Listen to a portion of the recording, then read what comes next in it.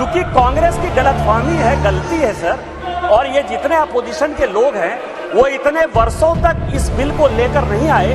हमारे माननीय प्रधानमंत्री जी ने ये नैतिक साहस दिखाया, हमारी पार्टी ने ये नैतिक साहस दिखाया।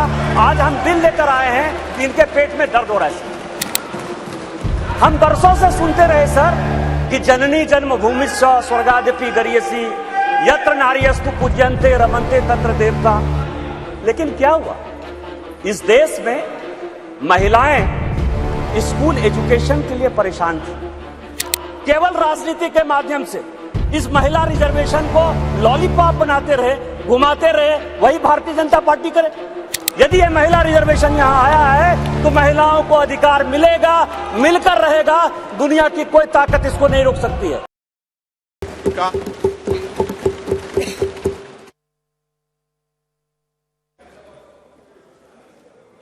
धन्यवाद अध्यक्ष महोदय।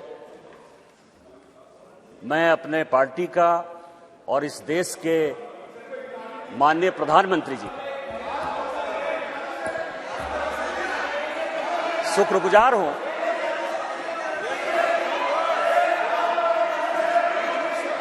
कि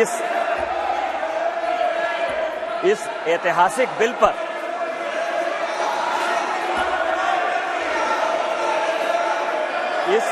इस ऐतिहासिक बिल पर मुझे बोलने का मौका दिया। सर सी बात कह सकता है। प्लीज बैठिए। नो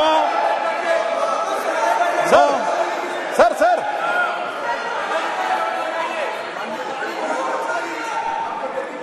माननीय अध्यक्ष जी, मैं अधीर रंजन जी को इतना पूछना चाहता हूं, क्या महिलाओं की चिंता सिर्फ महिलाएं ही करेगी, पुरुष नहीं कर सकते हैं? किस प्रकार के समाज की आप रचना चाहते हैं भाई? महिलाओं की चिंता, महिलाओं का हित, महिलाओं से आगे बढ़कर भाइयों ने सोचना चाहिए। यही इस देश की परंपरा है। महिलाओं के बारे में सोचने का अधिकार सभी को है। तो हमारे साथी सांसद निशिकांत जी खड़े हुए हैं, इसमें उनको क्या आपत्ति है? उनको खड़ा होने नहीं मिला पहले, इसलिए थोड़ा जेलस हो रहे हैं शायद। निशिकांत जी। माननीय अध्यक्ष जी, कांग्रेस या उसके समर्थक दल किस तरह से लोकतंत्र का गला घोटते हैं वो मैं उदाहरण हूं। मैं गांव में पैदा हुआ, मेरे मां पिताजी आज भी गांव में रहते हैं। आज जब मैं पार्लियामेंट के लिए चल रहा था तो मेरी मां आज एम्स देवघर में भर्ती है सर। उसने मुझे फोन किया कि बेटा यदि पार्टी तुमको मौका देती है तो आज इस बिल के बारे में जरूर बोलो। और इसीलिए कहा उसने कि जो महिला है सर, आज यदि सारे पुरुष यहां मौजूद हैं तो उसका कारण महिला है। यदि महिला नहीं होती तो पुरुष का कोई एग्जिस्टेंस नहीं होता। और आज चूंकि कांग्रेस की गलतफहमी है, गलती है सर, और ये जितने अपोजिशन के लोग हैं वो इतने वर्षों तक इस बिल को लेकर नहीं आए। हमारे माननीय प्रधानमंत्री जी ने ये नैतिक साहस दिखाया, हमारी पार्टी ने ये नैतिक साहस दिखाया। आज हम बिल लेकर आए हैं कि इनके पेट में दर्द हो रहा है। हम बरसों से सुनते रहे सर कि जननी जन्मभूमिश्च स्वर्गादपि गरीयसी यत्र नार्यस्तु पूज्यन्ते रमन्ते तत्र देवता। लेकिन क्या हुआ? इस देश में महिलाएं स्कूल एजुकेशन के लिए परेशान थी। जब तक माननीय अटल बिहारी वाजपेयी जी की सरकार नहीं आई, सर्व शिक्षा अभियान इस देश में नहीं आया, महिलाओं का जो है शिक्षा का लेवल नहीं बढ़ पाया सर। महिलाएं यदि बच्चियां स्कूल जाती थी तो उनको जो है खाना बनाकर जाना पड़ता था सर। और इसको जब हमारे प्रधानमंत्री जी ने देखा तो मिड डे मील स्कीम जब तक कि सरकारी स्कूलों में लागू नहीं हुआ तब तक महिलाओं की संख्या, बच्चियों की संख्या नहीं बढ़ी सर। और उसके बाद जो सबसे बड़ा प्रॉब्लम था, इस देश के प्रधानमंत्री ने जो सबसे बड़ी बात की कि उनको सम्मान दिया सर। सारे स्कूल में, स्मृति ईरानी जी उस वक्त एचआरडी मिनिस्टर थी, सारे स्कूलों में शौचालय बनाकर महिलाएं कैसे अच्छा से पढ़ेंगी, बच्चियां कैसे आगे बढ़ेंगी, उसी का ये उदाहरण है। और उससे आगे बढ़कर आज जो कल से लेकर परसों से लेकर माननीय प्रधानमंत्री जी लगातार बोल रहे हैं कि सही समय है, यही समय है। और इसी समय पर आज ये ऐतिहासिक सेशन बुलाकर माननीय प्रधानमंत्री जी ने महिलाओं को जो सम्मान देने का काम किया, उसके लिए हम भारतीय जनता पार्टी के कार्यकर्ता गौरवान्वित हैं और हम उनका जो है आदर और नमन करते हैं कि उन्होंने महिलाओं को आरक्षण देने का फैसला किया। सर, मैं पढ़ रहा था, काफी बातें कही, मैं केवल 2-3 चीजें बताना चाहता हूं, फिर अपने विषय पर आऊंगा। ये देश इस संविधान से चलता है और इसका आर्टिकल 82, मनीष तिवारी जी यहां बैठे हुए हैं, कल से लगातार वो संविधान संविधान संविधान की बात कर रहे हैं। अभी सोनिया जी ने भी बोलते हुए बातें कही कि अभी क्यों नहीं लागू कर दिया, कब से लागू कर देंगे। ये देश संविधान से चलता है। मैं आर्टिकल 243D और आर्टिकल 243T, जिसके लिए कि उन्होंने बड़ा अपने आप को गौरवान्वित महसूस किया कि हमने पंचायत में जो है महिला रिजर्वेशन लागू किया, बड़ा अच्छा किया। लेकिन यह आर्टिकल में 243D और 243T हमने तो नहीं दिया। आप दोनों को पढ़ लीजिए, 243D और T क्या पंचायत में किस तरह से रिजर्वेशन होगा और म्युनिसिपल कॉर्पोरेशन में किस तरह से रिजर्वेशन होगा। आपने उसके लिए कभी ओबीसी की बात तो नहीं की। यदि इस आर्टिकल में यदि आपने डाला होता ओबीसी की बात, तो आप जब करिए बहुत अच्छा, इतने वर्षों से आपको नहीं दिखाई दिया। उसी तरह से 1947 से लेकर 49 तक ये पूरा संविधान सभा चलता रहा। परसों से यही भाषण सुन रहे हैं सर। इस कॉन्स्टिट्यूएंट असेंबली से लेकर 1952 से लेकर आज तक चुनाव हुआ, कभी किसी ने राज्यसभा में रिजर्वेशन की बात नहीं की, विधान परिषद में बात नहीं की। आज भी राज्यसभा में शेड्यूल कास्ट और शेड्यूल ट्राइब को रिजर्वेशन नहीं है, विधान परिषद में शेड्यूल कास्ट शेड्यूल ट्राइब को रिजर्वेशन नहीं है। आप कौन सी नई बात केवल पॉलिटिकल एंगल के लिए ले आते हैं। आपने जब नहीं किया, जब तक आज तक जो है भारत के संविधान में यह कहा गया कि राज्यसभा में कोई रिजर्वेशन नहीं होगा, विधान परिषद में कोई रिजर्वेशन नहीं होगा, और जब माननीय प्रधानमंत्री जी और भारतीय जनता पार्टी इस बिल को लाती है तो आप कहते हैं राज्यसभा में रिजर्वेशन नहीं है, विधान परिषद में रिजर्वेशन नहीं है। आप पंचायत में कहिए कि कोई ओबीसी को रिजर्वेशन नहीं होगा, चाहे म्युनिसिपल कॉर्पोरेशन में कोई ओबीसी को रिजर्वेशन नहीं होगा। और आर्टिकल 82 है सर, जो एडजस्टमेंट ऑफ ईच सेंसस की बात कर रही है और सीट बढ़ाने की बात, सब पढ़ लीजिएगा इस आर्टिकल को। इसमें कहा गया है कि 2026 तक सभी चीजों को हमने फ्रीज कर दिया है। आप अनकॉन्स्टिट्यूशनल काम करना चाहते हैं, आप उसके ऊपर जो है कहते हैं कि 2024 से लागू कर दीजिए, तुरंत सुप्रीम कोर्ट में जाएगा और सुप्रीम कोर्ट में तुरंत वो स्टक डाउन हो जाएगा। क्या आप चाहते हैं कि महिलाओं को रिजर्वेशन नहीं दें? और जिस तरह से आप केवल राजनीति के माध्यम से इस महिला रिजर्वेशन को लॉलीपॉप बनाते रहे, घुमाते रहे, वही भारतीय जनता पार्टी करे। हमारे प्रधानमंत्री जी हैं जो कहते हैं कि जिसकी मैं शुरुआत करता हूं उसका अंत भी करता हूं।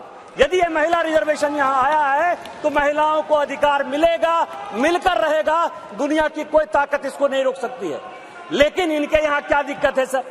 इनके यहां सबसे बड़ी दिक्कत है, और अभी जितने स्पीकर बोलने वाले हैं सर, वो स्पीकर 2026 में ये आर्टिकल 82 पढ़िए, संविधान को जो है पढ़िए, जो संविधान में लिखा हुआ है कि सेंसस होगा, सेंसस के बाद डिलिमिटेशन होगा और डिलिमिटेशन के बाद जो है हम उसको लागू करेंगे। और ये आर्टिकल 82 कह रहा है, ये 82 कह रहा है।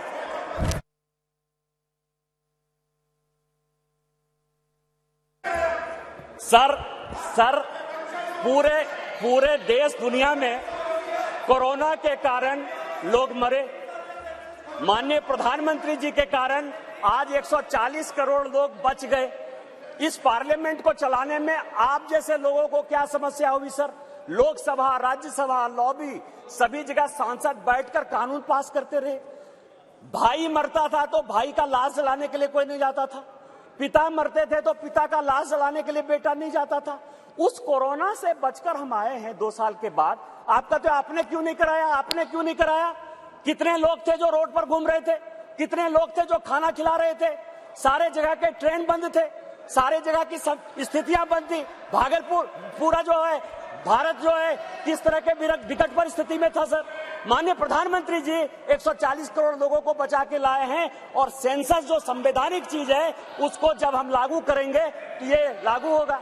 आज आप कह रहे हो क्यों नहीं लागू किए। देश में फिर से ये गलत तरह का माहौल पैदा करने की कोशिश कर रहे हैं सर।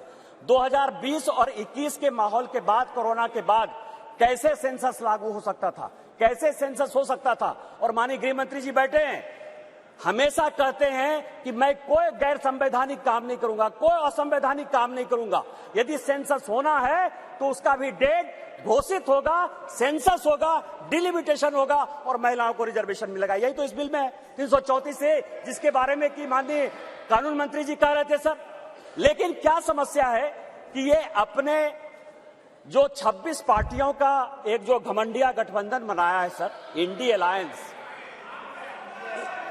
अलायंस, उसके सारे नेताओं का मैं भाषण पढ़ रहा था। आज सोनिया जी जब बोल रही थी तो मुझे लग रहा था कि वो राजनीति से ऊपर उठकर बोलेंगी, क्योंकि वो अपोजिशन की आवाज थी। मैं उनका सम्मान करता हूं सर। इस महिला रिजर्वेशन के लिए जिन महिलाओं ने पार्लियामेंट के अंदर और पार्लियामेंट के बाहर सबसे ज्यादा आवाज उठाई, वो बंगाल की गीता मुखर्जी थी और भारतीय जनता पार्टी की सुषमा स्वराज थी। ये दोनों यदि नहीं रहती तो आज ये दिन भी देखने को नहीं मिलता। 33% यदि रिजर्वेशन लोकसभा और विधानसभा में यदि लागू होने वाला है और माननीय प्रधानमंत्री जी लेकर आए हैं इन दो महिलाओं का, लेकिन सोनिया जी ने अपने पूरे भाषण में न गीता मुखर्जी का जिक्र किया, न सुषमा स्वराज का जिक्र किया। यह किस तरह की राजनीति है? अपना क्रेडिट लेना चाहती हैं कि हमारा बिल है। ये बिल आपका नहीं है। आप जो बिल लेकर आए वो गलत बिल है। और यदि इसके लिए किसी ने आंदोलन किया तो वो गीता मुखर्जी है, वो सुषमा स्वराज है। आपने ये नहीं बोलकर इस महिला बिल में भी राजनीति करने की कोशिश की। और आज का पूरा क्रेडिट जो जीता वो सिकंदर, जो गोल मारता है, यहाँ बंगाल के लोग बैठे हुए हैं, जो गोल मारता है उसी के नाम से गोल मारा जाता है। माननीय प्रधानमंत्री जी गोल मारने को तैयार हैं। ये भारतीय जनता पार्टी का बिल है और ये माननीय प्रधानमंत्री जी का बिल है, आपको ये मानना पड़ेगा। दूसरा सवाल है कि इनके जो अपोजिशन के लोग हैं सर, जो 26 पार्टियों का इंडी गठबंधन बना है, इसमें आप समझिए इनकी भावना कैसे है, महिलाओं के बारे में ये कैसा सोचते हैं।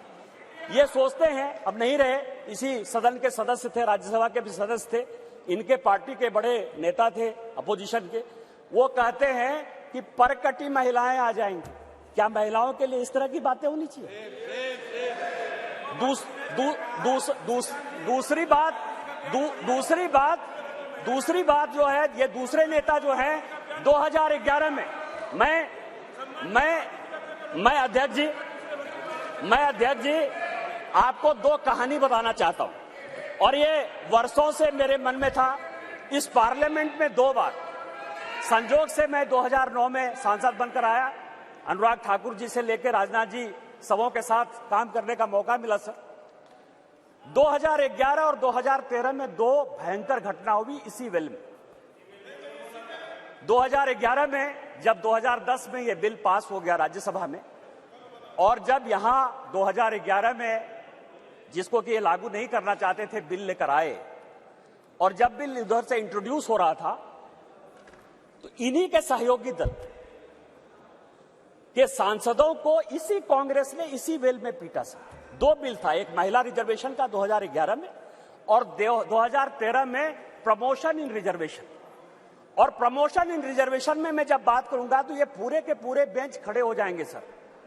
यही वी नारायण स्वामी बिल को पेश कर रहे थे, समाजवादी पार्टी के यशवीर सिंह, शेड्यूल कास्ट थे सर, ये कहते अधिकार की बात, शेड्यूल कास्ट शेड्यूल ट्राइब की बात करते हैं सर।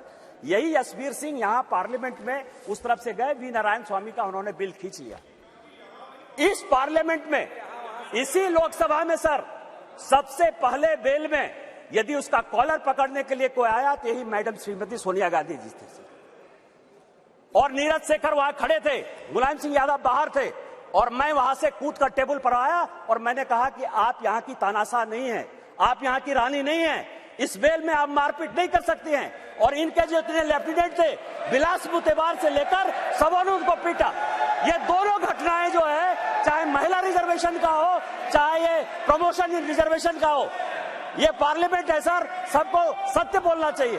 और मुलायम सिंह यादव ने कहा यदि बीजेपी नहीं होती तो आज के डेट में हमारे सांसद नहीं बचते, आपने तो सांसदों की हत्या करने की कोशिश की।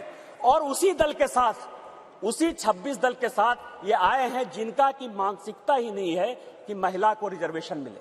चाहे वो राष्ट्रीय जनता दल है, चाहे वो समाजवादी पार्टी है, चाहे इनके सारे मुस्लिम एमपी हैं, चाहे कोई भी पॉलिटिकल पार्टी जो इनको सपोर्ट कर रही है सर, और उन्हीं के दबाव में ये कानून के विरोध में जाकर, इस संविधान के विरोध में जाकर, और उसके सारे उदाहरण है कि 96 से लेके आज तक क्यों नहीं लागू हुआ, उसी के कारण ये कभी ओबीसी रिजर्वेशन की बात करते हैं, कोटा विद इन कोटा की बात करते हैं, राज्यसभा में जो है उसको अधिकार देने की बात करते हैं, विधान परिषद में क्यों नहीं रिजर्वेशन दिया उसकी बात करते हैं, फिर वो बात करते हैं कि 2024 से क्यों नहीं लागू होगा। इनको सब कुछ पता है। ये देश संविधान से चलता है। हम एक गरीब परिवार के बेटे होकर इस पार्लियामेंट में आए हैं सर। जैसे मैंने बात कही कि मेरे माँ पिताजी आज भी गांव में रहते हैं। यदि बाबा साहब अंबेडकर का यह संविधान नहीं होता, भारतीय जनता पार्टी नहीं होती, उस दिन भी मैंने कहा कि आपने गांव नहीं देखा है, गरीबी नहीं देखा है, महिलाओं की स्थितियां नहीं देखी है। आपने जो जो कानून पास किए वो महिलाओं के खिलाफ है। यदि 498 आपने पास किया जिसका आप क्रेडिट लेना चाहते हैं, तो उसमें से है पुरुष से ज्यादा महिलाएं ही जेल में बंद हैं। डॉरी के केस में जिस तरह से आपने बनाया, आज यदि आपने कई एक कानून ऐसे पास किए हैं जिसमें लोग महिलाओं को नौकरी देने के लिए तैयार नहीं होते हैं, आपने महिलाओं को रोकने का प्रयास किया, महिलाओं को बढ़ाने का प्रयास नहीं किया। और हम जो बिल लेकर आए हैं, जो माननीय प्रधानमंत्री जी के नेतृत्व में ये इतिहास रचने जा रहा है, और ये जो ऐतिहासिक पल है, और स्पीकर साहब आपके जीवन का जो ऐतिहासिक पल है कि उस कुर्सी पर आप विराजमान हैं, जिस पल में ये इतिहास बन रहा है वो केवल और केवल माननीय मोदी जी की देन है, भारतीय जनता पार्टी की देन है। हम संविधान सम्मत काम करते हैं, और मेरा सबों से आग्रह होगा कि दल पार्टी से ऊपर उठकर जो ये संविधान आर्टिकल 82, 243D और 243T जिन आधार पर यह संविधान चलता है, उसके आधार पर